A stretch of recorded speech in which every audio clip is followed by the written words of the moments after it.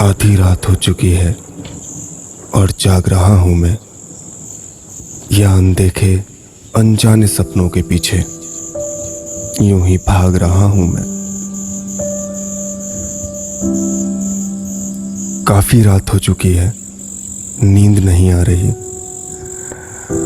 हाथ में एक खत है, वही खत जो 4 अगस्त को मेरे घर के बाहर पर लोहे के दरवाजे पर लटके हुए उस टीन के डिब्बे, उस लेटर बॉक्स में शायद पोस्टमैन रख जाता है। यह सिलसिला बीते कई सालों से बदस्तूर जारी है। साल की 4 तारीख को एक बेनाम खत मेरी जिंदगी में दस्तक देता है। ना तो उसमें भेजने वाले का नाम पता कुछ होता है और ना ही उस खत में कुछ लिखा होता है। एकदम कोरा, बिना शब्दों वाले खत के आखिर क्या मायने, लेकिन मेरे लिए इस कोरे और बेनाम खत के कई मायने हैं।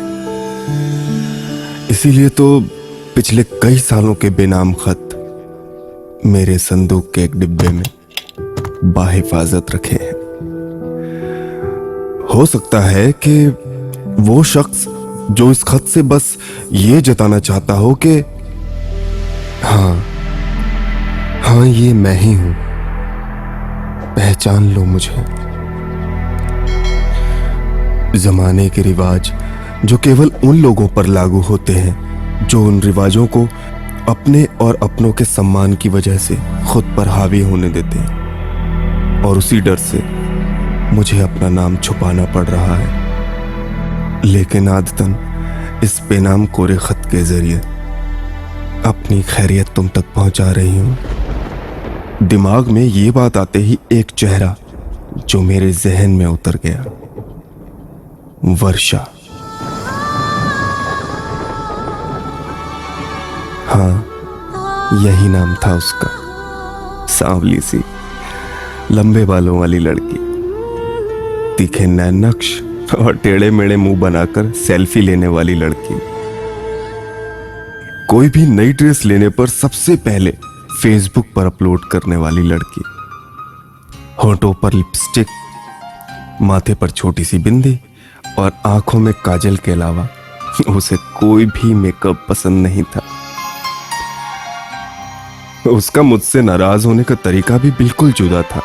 जब भी हमारी लड़ाई हो जाती तो मुझसे नाराजगी जताने के लिए वो मेरे ही सामने बाकी सबसे जानबूझकर हंसी मजाक करती और ठहाके लगाकर हंसती, और मुझे देखते ही आंखों की दोनों पुतलियों को नचाते हुए ऊपर नीचे करने लगती। हम लोग एक ही कॉलेज में थे, अक्सर मुलाकात हो जाती थी। एक दूसरे से बात करना भी हमें बेहद पसंद था। आज का दिन कैसा रहा, कल मैं कहां जाऊंगी, नोएडा वाली मौसी के यहां शादी में जाने के लिए कितनी एक्साइटेड हूं, सब बातें रात को सोने से पहले बताना जरूरी हो गया था। मैं भी उसकी हवा में बहता चला जा रहा था। क्या रिश्ता है हमारा? क्या हम दोस्त हैं? सिर्फ दोस्त? इस सवाल का जवाब ना तो मेरे पास था और ना ही उसके पास। लेकिन जो भी था ठीक था। उन लम्हों को जीने का जो आनंद होता है हम महसूस कर रहे थे। सब कुछ सही चल रहा था जब तक मुझे वो फोन कॉल नहीं आया। मेरे हेलो करते ही उधर से आवाज आती है कि जॉब के लिए मेरा उसी प्रोडक्शन हाउस में सिलेक्शन हो गया है जिसमें जाने के लिए मैं कब से इंतजार कर रहा था। और अब वो वक्त आ गया था जब मेरा सपना सच होने वाला था। साथ ही 35,000 रुपए की तनख्वाह पर बात भी पक्की हो गई।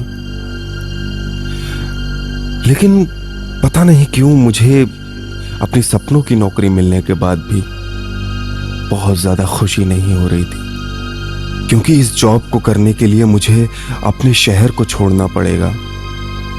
मुझे वर्षा को छोड़ना पड़ेगा, मुझे मुंबई जाना पड़ेगा, यहां अपने शहर से हजारों किलोमीटर दूर।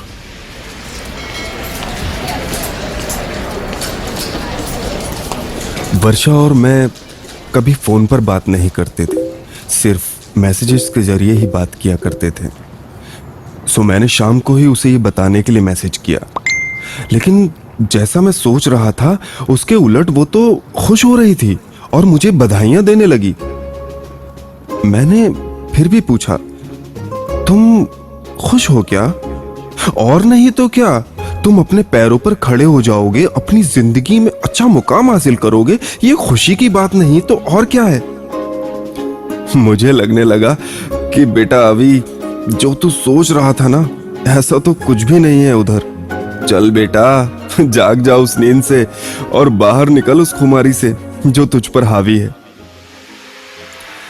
खैर, अपने सारे एहसास, सारे ख्वाबों को मैंने अपने छोटे से कमरे में बंद करके ताला लगा दिया, ये सोचते हुए कि जो भी हुआ ये क्यों हुआ, या जो भी हुआ ये अच्छे के लिए हुआ। मैं ट्रेन में बैठा और मुंबई जा पहुंचा। वर्षा के मैसेजेस आते रहे, लेकिन मैं उसे जवाब देने की हिम्मत नहीं कर पाया। एक दिन उसका कॉल आया, जो कि पहली बार था। तब भी मैं उससे बात नहीं कर पाया और फोन कट कर दिया। और वैसे भी अब मैं क्या बात करता उससे, जो बात मैं सामने सामने नहीं कर पाया वो यहां इतनी दूर आकर करने से क्या फायदा। और क्या पता वो किसी और को पसंद करती हो और मैं कहीं उसकी निजी जिंदगी में दखल अंदाजी ना कर दूं, उसको परेशान ना कर दूं।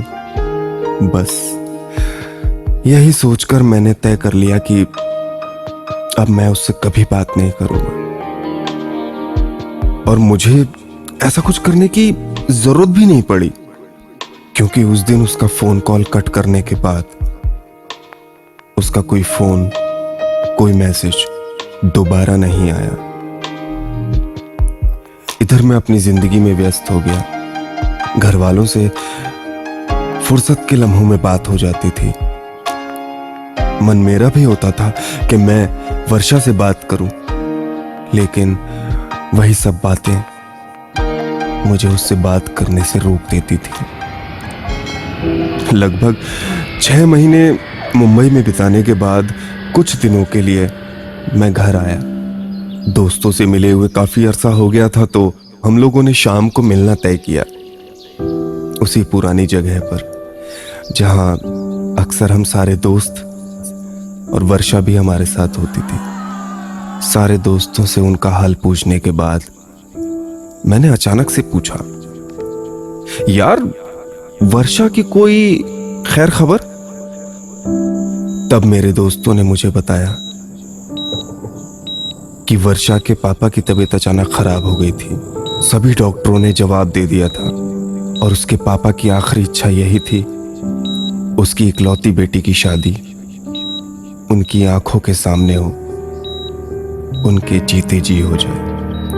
वो अपना आशीर्वाद उसे जीते जी देना चाहते थे, इसीलिए आनन फानन में उसके घर वालों ने उसकी शादी तय कर दी।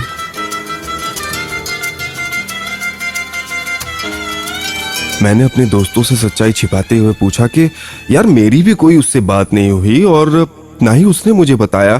तुम लोगों को पता है कि उसकी शादी कहाँ हुई है, किससे हुई है? उन्होंने बताया कि यार उसने किसी को भी नहीं बताया, खास तौर पे हम लोगों को तो बिल्कुल भी नहीं। अब वो कहां है, किस शहर में है, यार हमें नहीं पता, और ना ही शादी के बाद में हमारी उससे कोई बात हुई। उस दिन मैं खुद को जैसे एक मुजरिम मान बैठा।